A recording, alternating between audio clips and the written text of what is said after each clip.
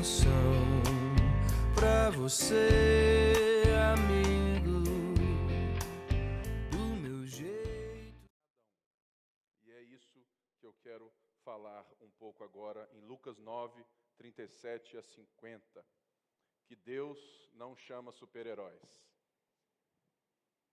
Nós estamos numa época da igreja que temos tido muitas relações entre cristãos e super-heróis. Isso é muito triste porque o que Jesus está fazendo é nos transformar novamente em humanos, né? Porque antes éramos monstros que só buscavam seus próprios interesses. Lucas 9, 37 a 50. No dia seguinte, quando desceram do monte, uma grande multidão veio ao encontro dele. Um homem da multidão bradou: Mestre, rogo-te que dês atenção ao meu filho, pois é o único que tenho. Um espírito o domina. De repente ele grita, lança-o em convulsões e o faz espumar.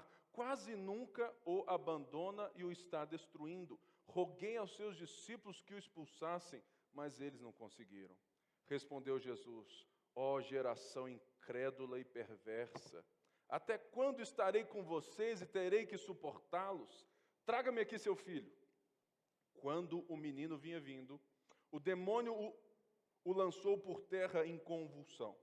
Mas Jesus repreendeu o espírito imundo, curou o menino e o entregou de volta a seu pai. E todos ficaram atônitos ante a grandeza de Deus. Estando todos maravilhados com tudo que Jesus fazia, ele disse aos seus discípulos: ouçam atentamente o que eu vou dizer. O Filho do Homem será traído e entregue nas mãos dos homens. Mas eles não entendiam o que isso significava. Era-lhes encoberto para que não o entendessem. E tinham receio de perguntar-lhe a respeito dessa palavra. Começou uma discussão entre os discípulos acerca de qual deles seria o maior. Jesus, conhecendo seus pensamentos, tomou uma criança e a colocou de pé ao seu lado. Então lhes disse: quem recebe essa criança em meu nome está me recebendo, e quem me recebe está recebendo aquele que me enviou. Pois aquele que entre vocês for o menor, este será o maior. Disse João: mestre, vimos um homem expulsando demônios em teu nome e procuramos impedi-lo, porque ele não era um dos nossos. Não o impeçam, disse Jesus, pois quem não é contra vocês é a favor de vocês. Irmãos, esse texto é a sequência de fatos maravilhosos a respeito de Jesus. Lembre-se, Jesus havia multiplicado pães. Jesus estava descendo do monte aonde ele tinha, sido transfigurado e aonde 3 dos seus discípulos tinham participado dessa antecipação de glória. E de repente, eles descem e encontram quem? Uma multidão. E nós já vimos aqui que existe uma diferença de relacionamento das multidões dos discípulos com Jesus. As multidões sempre querem milagres, sempre querem ser servidas, sempre estão buscando um santo milagreiro. E nós vemos aqui que esse pai sai do meio da multidão e pede socorro a esse Jesus que toda a multidão tem vindo fazer milagres maravilhosos. Mas, além da multidão, 9 discípulos ficaram, fora da glória. E nós vamos ver em outros textos de Mateus e Marcos que esses discípulos que já tinham a experiência anterior de terem sido enviados e expulsarem demônios e curarem enfermos, eles não conseguiram. E o texto grande, quando você lê o texto por completo, você vai entender por quê. E é por isso que eu digo que Jesus não chama super-heróis. Por quê? Quando você percebe que após todo esse acontecimento do fracasso dos discípulos, você percebe que a volta dos 3 discípulos, Pedro, Tiago e João, ao encontrar os 9 fracassados, eles começam o quê? Uma discussão. Discussão de quê? De quem era maior. Ou seja, quando Jesus trata, e é dito nos outros textos de Mateus e Marcos, Jesus diz o porquê que os discípulos não conseguiram expulsar o demônio. A coisa principal é que Cristo diz que faltava-lhes fé. E muitas das vezes nós achamos que a fé, ela é quantitativa. Mas eu digo que o problema de fé não é a quantidade, mas o objeto. O que nós percebemos na discussão é que os discípulos haviam perdido a consciência da pessoa da fé, ou da pessoa do poder. Ou seja, muitas das vezes como igreja, como crentes, nós somos incentivados ao poder, como se nós tivéssemos nas nossas mãos o poder de Deus, e que isso, acaba se perdendo na nossa consciência do egoísmo. E é isso que Jesus está dizendo quando ele vê, ó geração pervertida. Pervertida por quê? Porque existe essa perversão em todo o homem que está buscando o seu próprio interesse. A falta de fé desses discípulos era a falta de consciência de quem era o poder. Logo, os discípulos estavam se achando detentores do poder, porque eles já tinham visto tanta coisa, e eles eram os 12 de Jesus, já tinham sido chamados pelo nome como os futuros apóstolos, que esses caras estavam achando que eles eram diferentes dos outros. Logo, não funcionou. Não funcionou porque eles estavam perdidos na consciência de que aquilo era deles. E é isso que nós precisamos entender, que quando Jesus fala que essa casta não sai senão por jejum e oração, é justamente o alinhamento da fé na pessoa dele. Porque é somente a oração que nos coloca de joelhos a quem tem todo o poder. E é isso que os discípulos tinham perdido por um tempinho, pela ausência de Jesus. E é isso que nós perdemos quando ficamos um tempinho ausentes da leitura das Escrituras e da oração. A oração, ela é o único meio de termos e de agirmos no poder de Deus e não no nosso. Por quê? Porque quem ora reconhece que está dependente de alguém. A oração é quando a nossa teologia se transforma em experiência. Quando aquilo que dizemos crer se transforma em dependência de Deus, se transforma em poder. Porque nós estamos muito acostumados nos meios pentecostais a vermos poder de Deus nos cultos, que nós nos esquecemos que o maior poder é aquele que opera dentro de nós para nos transformar à imagem do Filho. E é isso que Jesus começa a bater nos discípulos. E ele diz sobre o jejum. Jejum, ele só tem um propósito: alinhar o coração de Deus ao seu. Jejum não muda a Deus, Jesus muda a forma como que você o enxerga. E é por isso que os discípulos não conseguiram, porque eles estavam enxergando o poder de Jesus diferente do que esse poder de verdade era. Eles estavam achando que eles eram capazes de resolver como os escolhidos de Jesus. E eles não se viam mais na dependência de Jesus, eles não se viam mais, eles não enxergavam Jesus como ele era. E é interessante que após esse fato, Jesus novamente diz o seu propósito, que o Filho do Homem será entregue nas mãos, dos homens. Lucas diz que eles não entenderam.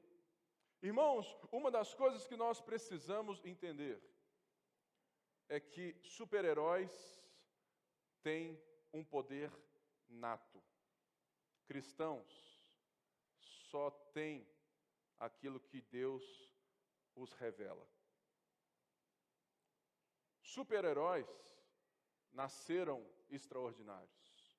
Cristãos encontram o ordinário quando os seus joelhos tocam o chão.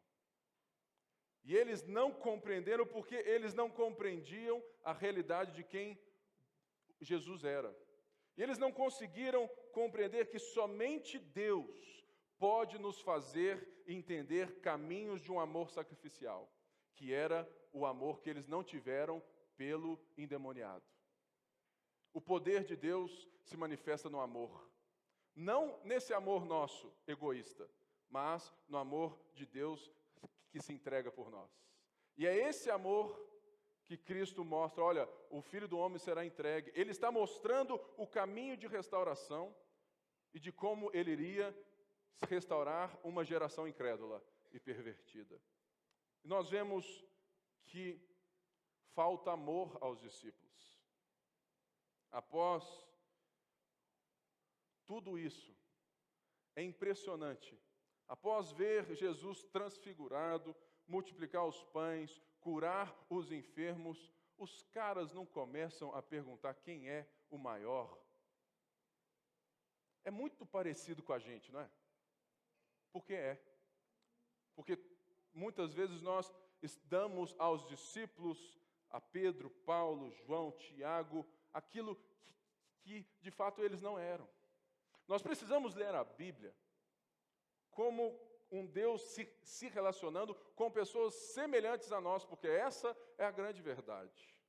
A falta de conhecimento do caráter de Deus e de quem o Messias era é demonstrada na natureza da discussão. E uma das coisas que o cristianismo não suporta é comparação. O Cristo não suporta comparação. O cristianismo é a única maneira de se enxergar o mundo a partir do outro. O cristianismo, ele nunca nos levará a dizer que somos melhores do que alguém. Porque o Deus cristão, ele nos ama sendo o servo. E essa discussão de quem era o maior se deu por quê? Porque Pedro, Tiago e João eram vistos como os tops, né? E nós estávamos no monte. E os outros 9 tinham restado com um bando de gente. E, sinceramente, né? Quando você sabe e tem pistas do comportamento de Pedro, de João, de Tiago e de todos os outros, você vê que daria naquilo mesmo.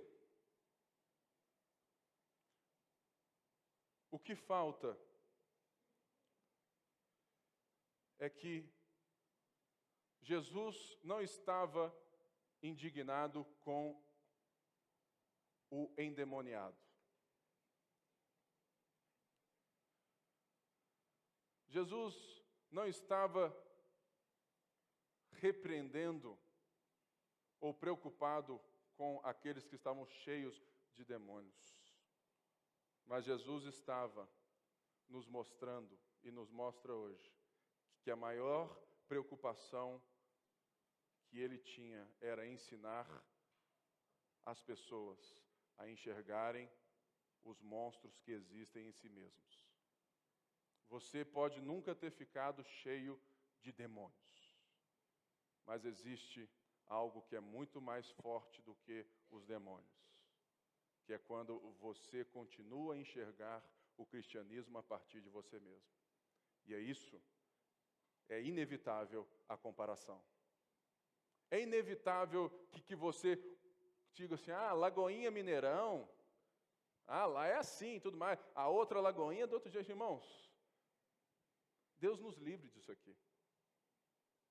Deus nos livre de nos compararmos ministerialmente. Deus nos livre de nos compararmos a partir de um Deus servo. E é por isso que Jesus introduz uma criança. Hoje, nós damos valor a elas. Naquela época, ninguém esperava receber nada de uma criança. É por isso que Jesus ensina aos discípulos que estavam buscando ver quem era o maior a partir de uma criança. Por quê? Se você aceita uma criança, se você recebe ela, é porque você sabe que ela não pode te dar nada. E o amor é isso.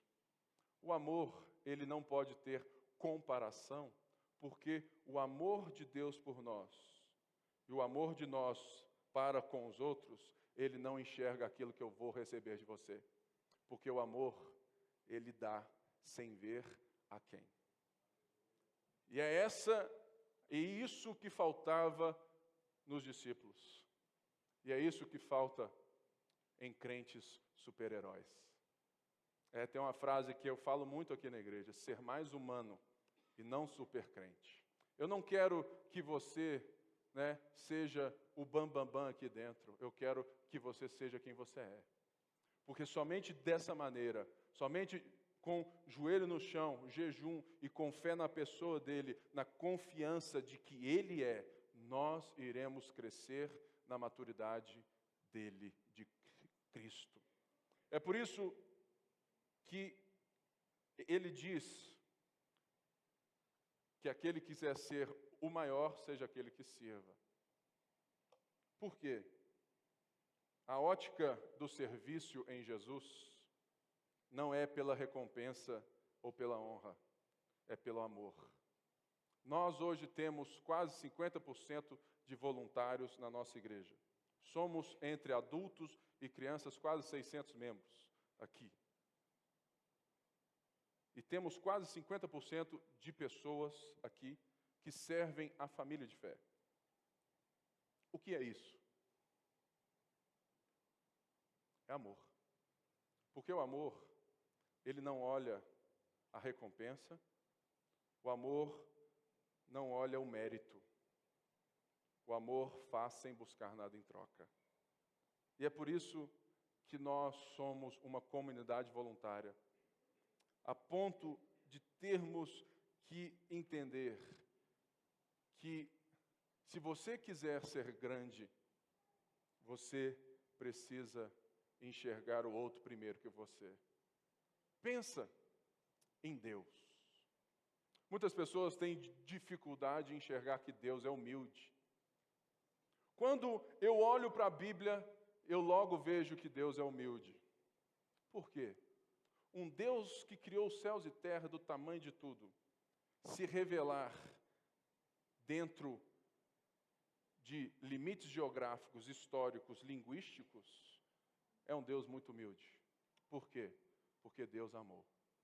E Deus só pode se fazer entendido dessa maneira a você. Pense no próprio Jesus, que disse que ele seria entregado nas mãos dos homens. Por quê?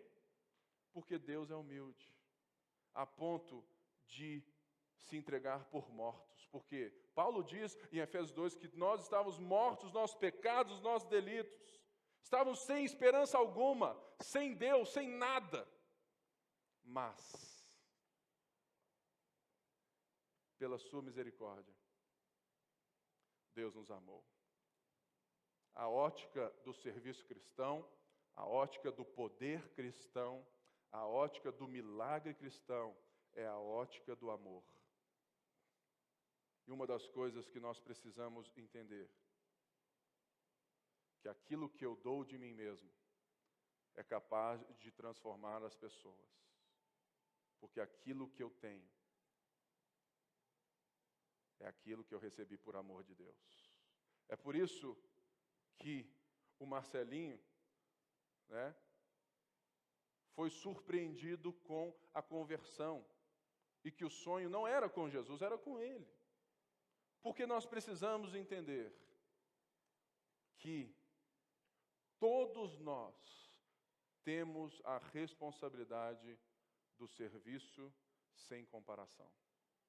Se você ficar se comparando, se você ficar achando que você tem alguma coisa, você vai cair no último ponto que os discípulos caíram.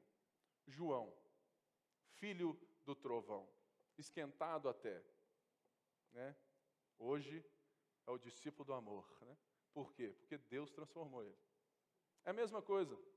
Eu, irmãos, eu era, e ainda sou um pouco, obviamente, um cara muito individualista, quieto na minha.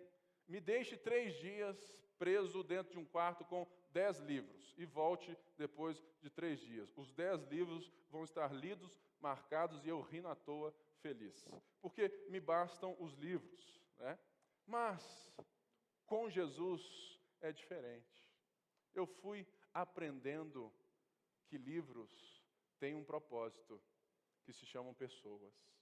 E hoje eu posso ser menos monstro de achar que só um livro me basta.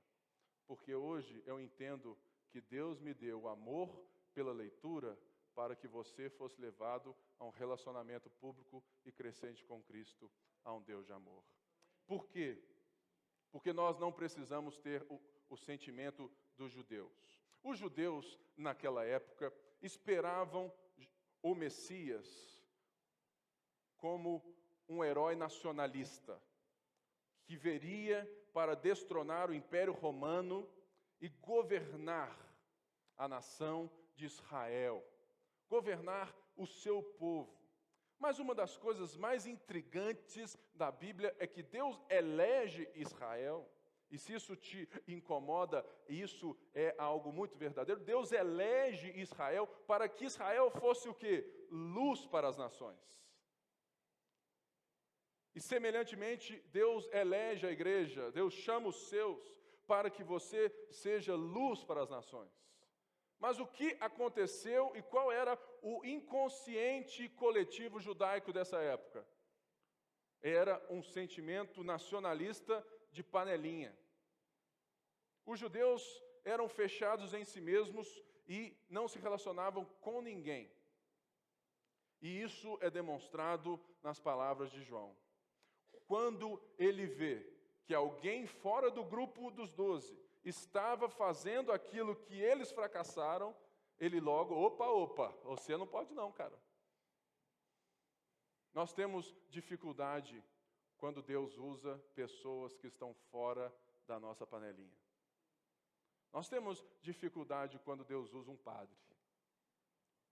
Você mal sabe, mas você lê muito livro de gente que você não sabe que era padre.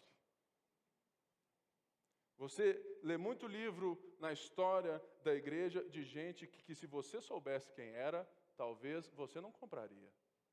Mas você lê e fala, nossa, que homem de Deus. Pois é. Existe um livro sobre Cristo que é fenomenal. Sabe quem que é o autor? Joseph Ratzinger, Bento XVI. Se você ver o livro desse cara, você fala assim, nó, que livro.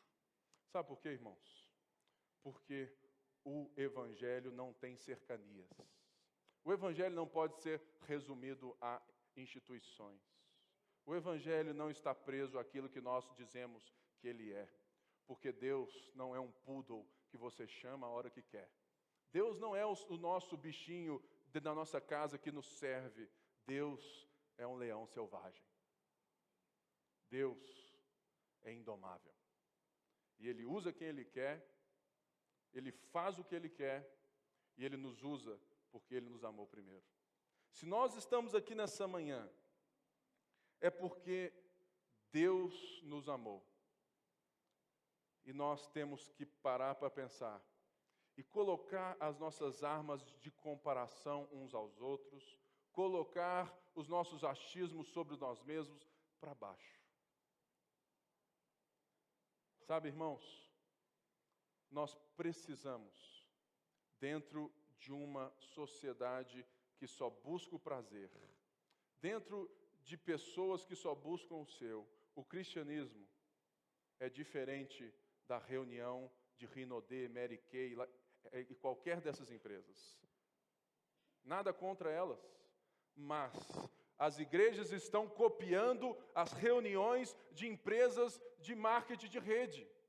Quando elas jogam confete no homem, quando elas dizem que o homem é capaz, irmão, nós estamos vendo Jesus repreender os discípulos porque eles se achavam detentores de algo.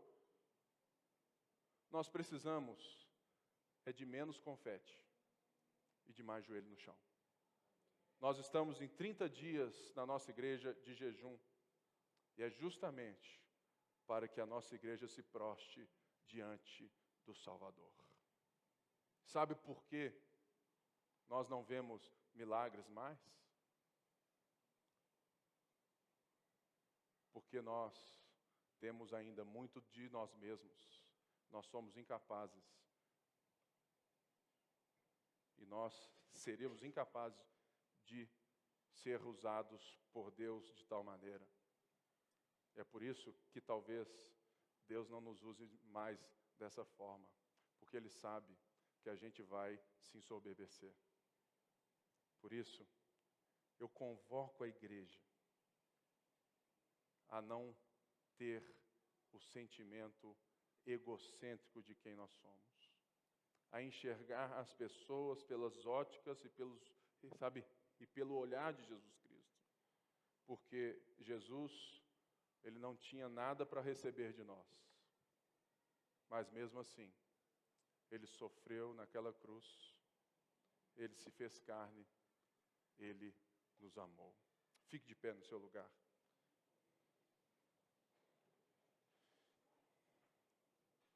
Talvez você esteja aqui hoje e você percebe que a sua fé está totalmente diferente, está muito voltada para você mesmo. Talvez hoje você está aqui pela primeira vez e você não é um cristão. Eu quero deixar aqui um convite para você. Se você que está aqui hoje e você quer conhecer mais sobre Jesus, se você quer, se aproximar dele, se você quer dizer que você tem essa fé verdadeira nele, basta que você me procure após o culto, ou qualquer um desses que tem a blusa igual à minha, os nossos diáconos, que nós iremos te colocar nessa família maravilhosa e te ensinar quem Jesus é. Amém? Vamos orar? Senhor Deus, muito obrigado por essa manhã. Obrigado por cada família que aqui está, essa semana que aqui nós damos o início. Que ela possa ser de adoração redimida, que ela possa ser, Deus, de fato, a partir de quem o Senhor é, e que os nossos joelhos estejam no chão, que o nosso jejum seja para estarmos alinhados com o Senhor, e que de fato, Senhor, o Senhor nos use na sociedade. Use cada profissional aqui, cada professor, empresário, cada mãe, cada pai, cada um, Pai, cada um, aonde que eles estiverem, que a graça, que o favor, que o Teu amor esteja com eles. Nós oramos nessa manhã e nos despedimos para que o culto continue, mas a celebração nós entregamos a Ti, porque o Senhor é o nosso Deus amado. Em nome de Jesus, amém. Vai na graça, vai na paz, Deus te abençoe.